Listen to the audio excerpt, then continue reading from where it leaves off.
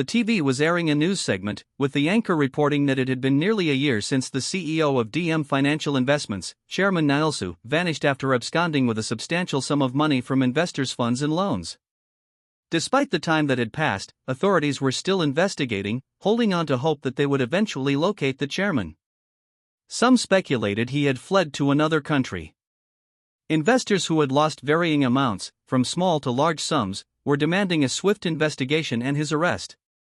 The police had reached out to international agencies, urging them to issue a red notice immediately to aid in their efforts. Meanwhile, on a mobile screen, the same news report played as a bottle of alcohol, a glass, and other items sat on a nearby table. A man was seen consuming these items, with the ocean gently rolling and a boat floating in the background. This man was none other than Chairman Nilsu, the former CEO of DM Financial Investments, who listened to the report with a smirk. He muttered to himself about the pointlessness of the gossip, feeling satisfied that the deceived were fools while he, the clever one, had taken all the money. He chuckled, sipped from his glass, and continued to revel in his perceived triumph. It was nighttime, and Nilsu was sound asleep on his boat. As he lay in deep slumber, a voice suddenly called out from behind, "Chairman Nilsu, wake up." Startled, he awoke to find a man in a suit sitting on a chair in front of him. Nilsu quickly sat up, shocked, and stared at the man across from him. The man then asked, "Are you still content, stealing people's money and sailing the world on this luxurious yacht?" Nilsu, still in disbelief, demanded, "Who are you?" The man stood and began approaching him, saying, "Have you forgotten my voice? I was already deeply disappointed in you before." Nilsu suddenly recognized the man and uttered, "Kim Muyuk. Director Kim Muyuk, is that you?" As Muyuk moved closer to the bed, Nilsu raised a hand to stop him, but Muyuk continued, saying, "Chairman Nilsu, I'm here to collect the debt you owe to Taesan Capital." Nilsu, confused, asked, "Director Kim, what are you talking about?" Then, panicking, he began shouting for security.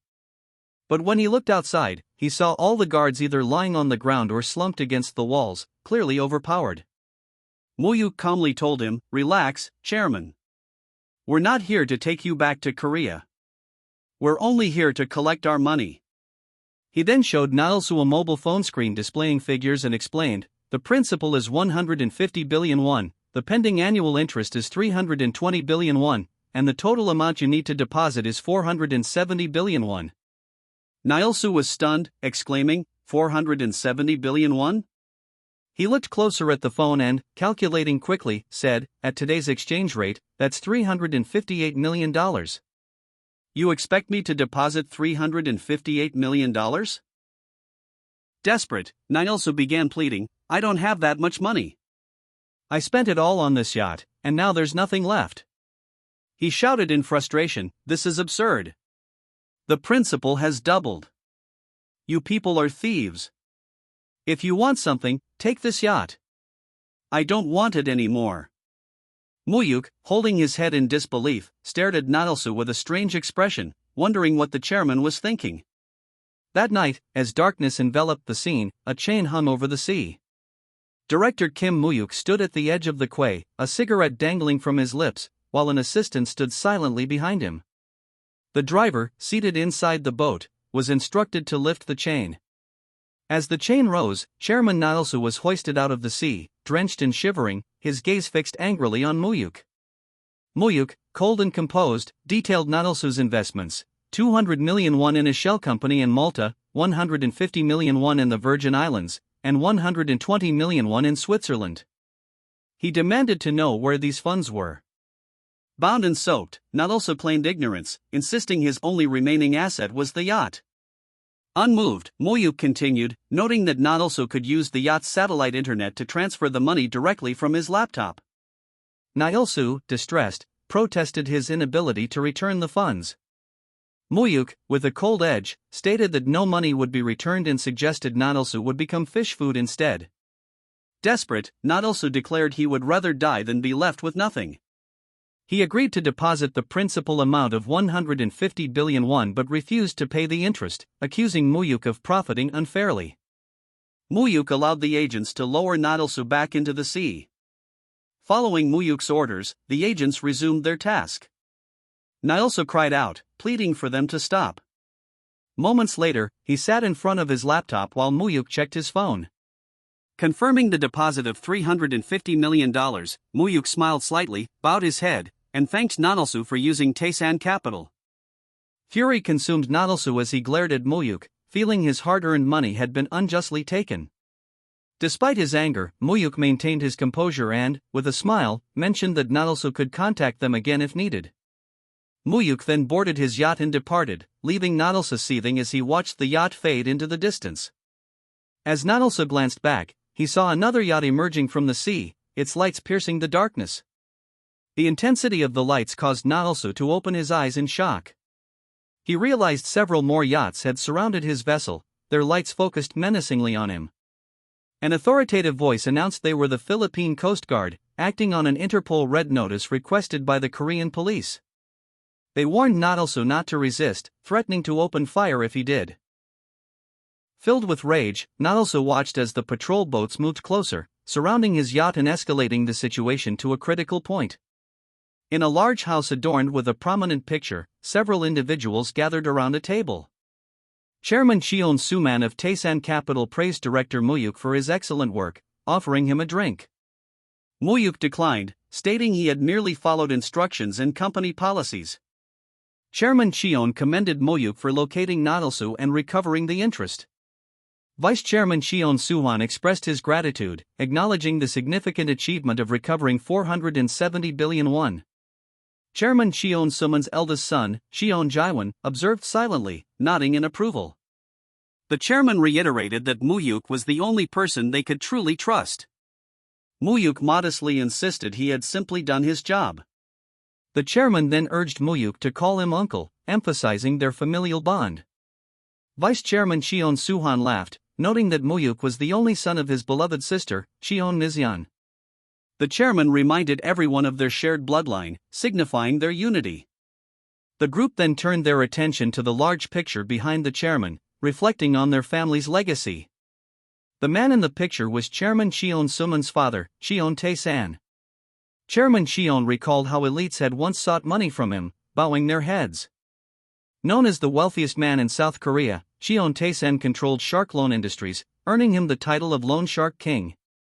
His wealth was vast, encompassing cash, investments, stocks, real estate, and foreign funds, all known only to him. Muyuk looked around, holding a drink, and felt a deep sense of loss. Despite his efforts, he had been left with nothing, while the fortune remained confined to Cheon Suman, Cheon Suwon, and their families. Chairman Cheon questioned his son, Jaiwon, about his recent absence and failure to locate CEO Yoon, who had embezzled funds from an apartment construction project.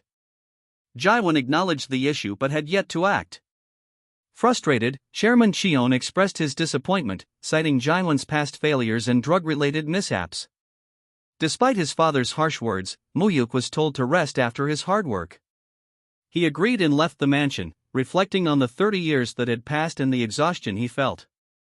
Despite taking on every task the family assigned him, he had not become a true part of the family. As he sat in his car, he glanced at his phone and saw a calendar reminder of his grandmother's death anniversary. The sadness of remembering her and the 30 years since her passing weighed heavily on him. He stopped by a shop to buy some items and was about to leave when his phone rang. The assistant informed him that CEO Yoon had been found and that the chairman had ordered his immediate capture, despite Jaiwon's responsibility for the task. Muyuk was surprised and headed to the location immediately. He arrived at the construction site and called Sengi to confirm his location. Seeing people approaching with sticks, Muyuk grew alarmed. The crowd formed a circle around him, preparing to attack. Enraged, Muyuk shouted, "What are you doing? Where is Park Sengi?" Meanwhile, Park Sengi stood with a cigarette in hand, smiling at him, and said, "Chief, I'm sorry I called you so late." Muyuk was stunned and demanded, "Who do you think you are?" At that moment, a car approached and collided with Muyuk, knocking him to the ground. As he got up, he saw a stick being swung towards him but managed to dodge it. He quickly retaliated, striking one of his attackers, who fell to the ground. He fought off a second attacker similarly and left him on the ground. The remaining people continued to advance on him, and Muyuk fought them off fiercely. Despite his efforts, he was overwhelmed, and as he was being beaten, he looked angrily at Sangi and shouted, "You bastard!" As he was being beaten, someone struck him hard in the face with a stick, causing him to collapse. Injured and with his eyes open, he found himself bound with ropes inside a locked vehicle. A bit of blood was visible on his hands, and he wondered in disbelief, "What is happening?" As he looked forward, he was startled to find himself staring at a car perched precariously on the edge of the road extension, its front facing the sea, teetering dangerously close to the edge. Muyuk, glaring at Sangi, shouted, "What are you doing? Get me out of here." Sangi replied, "I received orders to retire you now." Furious, Muyuk demanded, "Who gave the orders? The chairman? Cheon So-won? Or Ji-won?" Sangi calmly stated, "It doesn't matter who gave the orders. You know we are just servants. We do what we are told." Muyuk glared at him in anger, but Sangi continued, "Goodbye, chief." The rope securing the track was undone, causing the track's extension to fall towards the sea. The car was pushed in the same direction, plummeting into the ocean. Muyuk screamed, "Stop! Don't do this!" But it was too late, the car sank into the sea. Struggling in the water, Muyuk thought, "Am I going to die like this? After being so loyal to the Cheon family, I can't believe I'm ending up like this." As he submerged, he held his breath, looking at a box floating in the water, encased in a cloth bag. He thought, "Grandmother, forgive me. I promised to take care of your memorial service, but now I'm on my way to join you." Suddenly, morning arrived, and he found himself on the beach, the sun shining brightly. He wondered, "What's happening? Am I still alive?" Just then, another person kicked him, causing him to fall again. As he got up, the person continued to beat him. Amid the chaos, Muyuk thought, "Is heaven also in chaos?" Muyuk engaged in a fierce fight with the boy, delivering powerful punches and kicks. He then threw the boy into the shallow water on the beach, expressing his anger with a commanding gesture. As the two boys approached, Muyuk glared at them and landed a strong kick to one's stomach, causing him to fly through the air. Another boy tried to confront Muyuk, but he was dispatched in the same forceful manner, leaving both boys sprawled on the ground. The remaining onlookers, bewildered by the scene, murmured in astonishment. Muyuk continued to overpower his attackers, using both his hands and feet to strike their ribs with relentless force. The last two boys, paralyzed by fear as they observed Muyuk's furious eyes, remained silent. Terrified, they eventually scrambled to their feet and fled the scene. Exhausted, Muyuk sat on the ground, lost in contemplation. Suddenly, another boy approached from behind and taunted the fleeing group, challenging them to return and fight again. Turning his attention to Muyuk, the boy told him that he had come to flirt with girls but only boys were present. He then inquired about Muyuk's well-being and offered him a smoke, noting Muyuk's sweat. Muyuk, recognizing the boy's high schooler status from his shirt, realized he was Lee Myung-soo, his best friend from middle school. As Muyuk sat down, another boy put his arm around his shoulder in a friendly manner, acknowledging how Muyuk was still as skilled at fighting as ever, capable of handling everything on his own. The boy was Park Hyun-sung, a close friend from middle school who had always taken care of Muyuk whenever he got into trouble, especially since his father was in the police. Muyuk, confused, looked at both boys and questioned where they were. Lee Myung-soo, his best friend from middle school, responded with concern. He told Muyuk that it was Gwangali. Myung-soo grabbed Muyuk's head and said, "What's wrong with you? You're suddenly using the Seoul dialect and asking about this place. Did they hit your head too hard?" He began inspecting Muyuk's head and remarked, "It seems perfectly fine, solid as a rock." As Muyuk tried to make sense of his situation, he wondered what year and date it was. Myung-soo informed him that it was September 21, 1990. Lost in deep thought, Muyuk repeated the date to himself, realizing that somehow, he had come back 30 years into the past. Muyuk then noticed a balloon flying in the sky with a banner attached to it, and cars moving through the city. Meanwhile, Hyun-sung, who was getting up from the ground, expressed his hunger, and Myung-soo suggested they get a bowl of ramen, offering to treat them both. Muyuk was startled as he recalled that the date was September 21, 1990. In a sudden burst of urgency, he began to run. His friends watched him leave, calling out in confusion. As he sprinted, Muyuk's thoughts were consumed by the tragic realization that his grandmother, the only family he had passed away on this very day.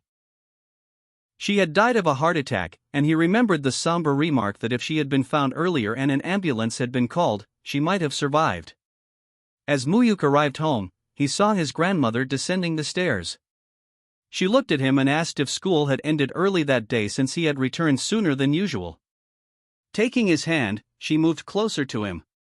Tears welled up in his eyes as memories flooded back, moments when she had fed, bathed, and cared for him. Overcome with emotion, he began to cry and called out to her. Gently, his grandmother placed her hand on his cheek and inquired why he was out of breath, wondering if he had run back home in a hurry and whether he had eaten. Still holding her hand, Muyuk cried even more as he tried to respond. Muyuk's grandmother asked him why he was crying and if something was wrong. Muyuk, his voice trembling, assured her that everything was fine and that he was just reminiscing about her. He hugged her tightly, overwhelmed with emotion. Muyuk, still weeping, held onto his grandmother's hand and guided her forward, urging her to go to the hospital. She was puzzled and questioned why she needed to go since she felt fine. Muyuk insisted that she might faint soon and that it would be better to have a checkup. His grandmother, however, expressed her disbelief, insisting she would only die after seeing Muyuk married and having children. Muyuk watched as she entered the kitchen and then sat down to eat the meal she had prepared in the room. As he ate, his grandmother sat with him, advising him to eat slowly and not rush. She expressed concern that he might have been starving for years and promised to bring him his favorite juice. Muyuk continued eating, his emotions raw as he reflected on the simplicity of the meal and his longing for his grandmother's care. Suddenly, he heard a commotion from the kitchen. Rushing inside, he found his grandmother collapsed on the floor, the juice spilled beside her. He called out in distress as she was taken to the hospital. At the hospital, Muyuk sat anxiously while doctors examined his grandmother. They explained that her condition was critical and that earlier intervention could have made a difference. They stressed the importance of immediate surgery to prevent her from slipping into unconsciousness again. Muyuk stared in shock at the coins he had brought and thought he was going to collect hundreds of billions not long ago, but this was all he had now. His friend Myung-soo, who had been with him, suggested covering the costs with the allowance he had received from his father that morning. Muyuk thought about Myung-soo's father, who worked in the large entertainment industry on Main Street in Nampodong. Muyuk vowed to repay the money, but his friend reassured him that there was no need for such concerns. He explained that the expenses for his grandmother's hospital care were necessary and not something to be repaid. As Muyuk thought back to the scene in which he inquired about his grandmother's treatment and medication, he learned that surgery was crucial and could not be postponed. Without it, his grandmother would remain slipped into unconsciousness again. When Muyuk asked the doctor about the cost of the surgery, he was informed that it would likely be around 10 million won. Muyuk, reflecting on how insignificant 10 million won had seemed to him before he died, realized the gravity of the situation. With only a few coins in his possession, he decided to take action. He entered a phone booth, inserted a coin, and thought it was the only way to get the surgery fee. He then made a call. He told someone on the other side of the phone and identified himself as Muyuk and also informed the person on the phone to tell Chairman Cheon that he had a message for him. Muyuk mentioned that he was the son of Cheon Misuk, the only son of his daughter, and expressed his urgency in wanting to see his grandfather. This is the end of the video. If you want to see the next video, then make sure to like, comment, and subscribe.